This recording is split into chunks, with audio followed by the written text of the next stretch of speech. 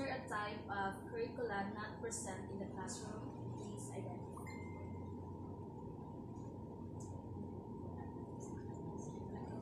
Follow mo ko dito naman. Curriculum guide. Okay. Sige. Next question ma'am is, do you follow a structured syllabus or lesson plan, and how strictly do you adhere to it? Actually, or ang lesson plan, ako rin niya siya reference. Nagid mi, magamagid na mo, kailangan mag-iyan eh. Dahil ang ipalo na ko is, palo ka sa matatan. Pero piling yung tayo mapalo na lang, pinipili ko kasi yung mga type of students. Okay, next question ma'am is, who decides the written curriculum in your institution? Like government, school admin, teacher, direction. Okay. Next ma'am. How do you deliver lesson in class? Do you modify the written curriculum based on students' needs? Modify na lang, especially in this kind of mga students. Next question is, what teaching strategies do you use to ensure students understand the lessons? Use different instructions. Hagol naman. So the next question is, what materials or books, technology tools do you use to support teaching? As of now, now a television na in the classroom, then any laptop, we do some research po, ayun, books na laing ma-reference na po ang books. O kanang na exemplar,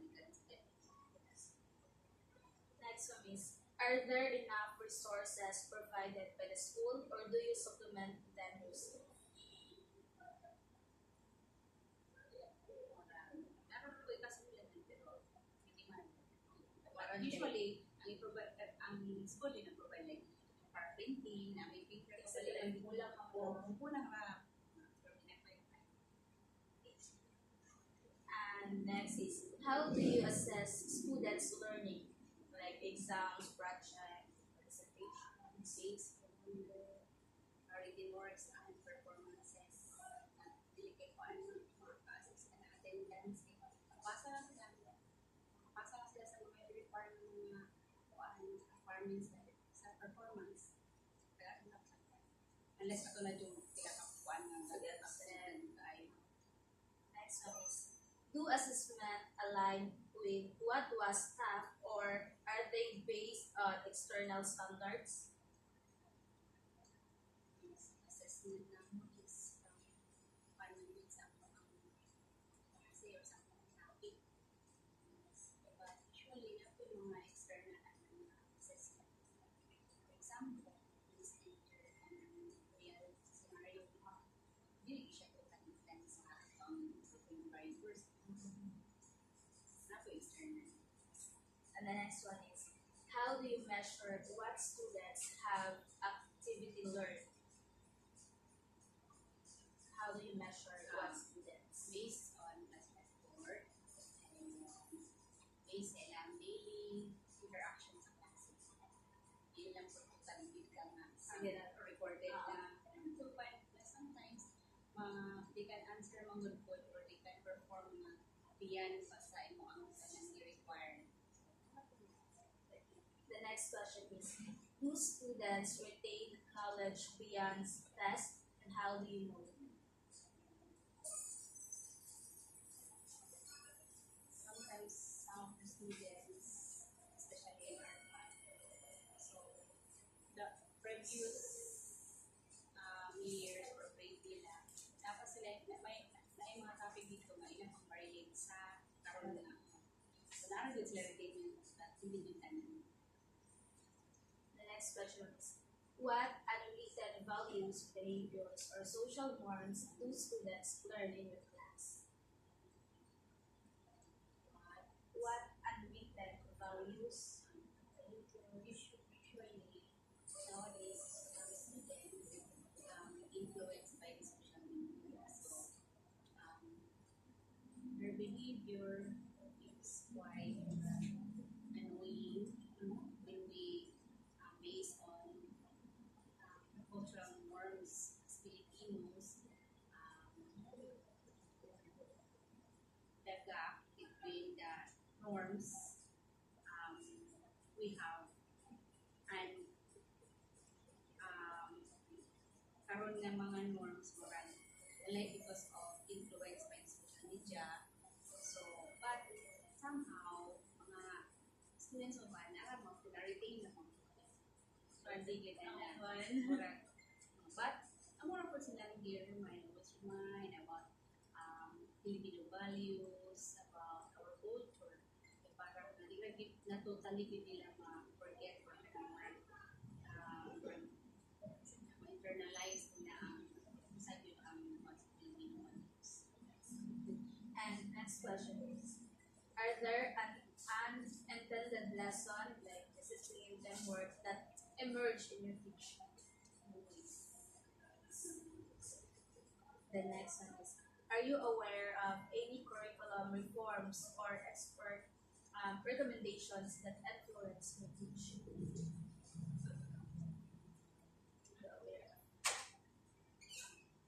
Aware means because some the curriculum why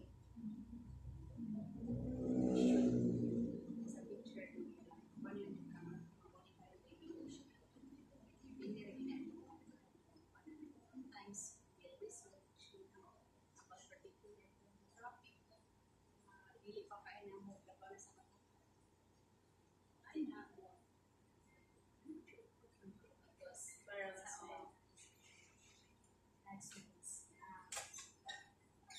do you incorporate educational trends like systems, STM, even if they're not officially required? sometimes sa some department ako siya i-appeal sa ang parang ng mga strategies, especially because our book our panmang this one so kiningalit ko karaan siya pa nowadays di ba hindi pa magdahil so instead nga akong ipagawa nila ang usual na ginagawa nila ginagawa ibuhat sa social media mag-vlogging interview itong matter makarelate sila hindi pa kayo karaan ng routine. The next one is, what challenges do you face in implementing the curriculum? Sometimes creation of worksheet, printing of mga materials. Hindi pa naman maybe bata po not so interested in araling palipunan.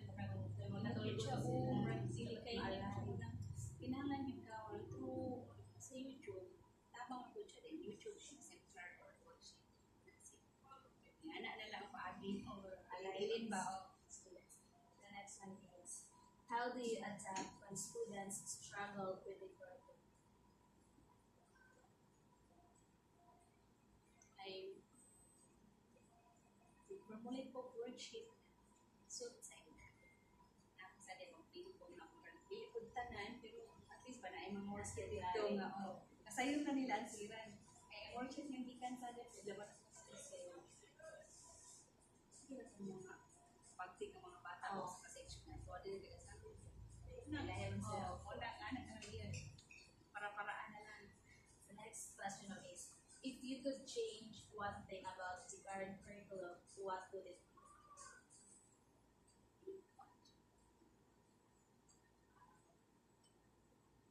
be? Discipline, mga bata, dyan tayo.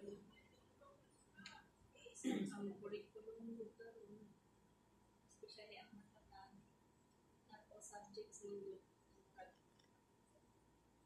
ano na pang sila sa tabo sa mga may bata like the 7 ninyo. Makapas lang ko ng bot sa Dili pa elementary.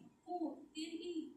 Kuan kaayo ka na sa mani ka nang murag dili pa dito sa angay siya pangidaro na. May mo sa hulog bot sa elementary. Nagani ko muna siya angay gibuta pa ni sa first year ka sa ako sa imagine about ASEAN about mga different mga rules and regulation about sa association and about ano hindi na sila good aware ba ako lang pinis pag-deliver lagi mo imo na lang yun na ma-aware o yun nga Makapasabot. ako na siya. The next question is, how do you ensure all types of curricula work together effectively?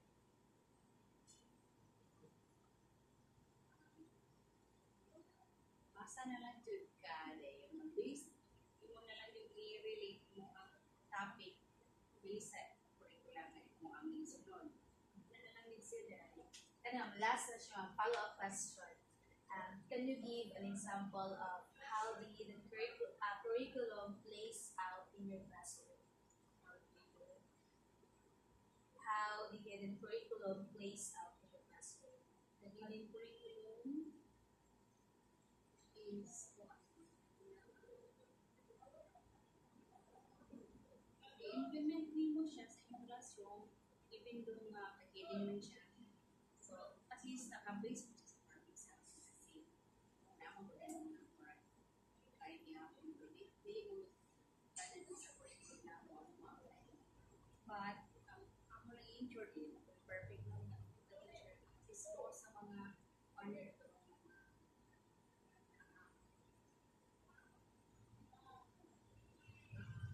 performance standard. Last one. How do you balance standardized requirements with students' individual learning needs? Based on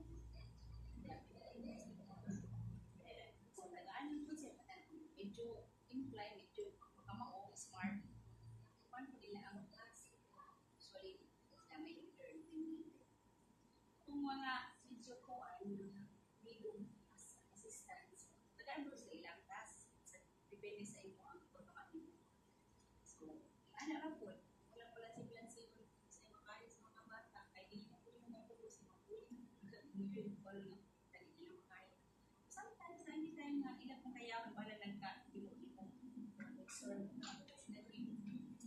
usually curriculum tanong it's more on teacher management na po student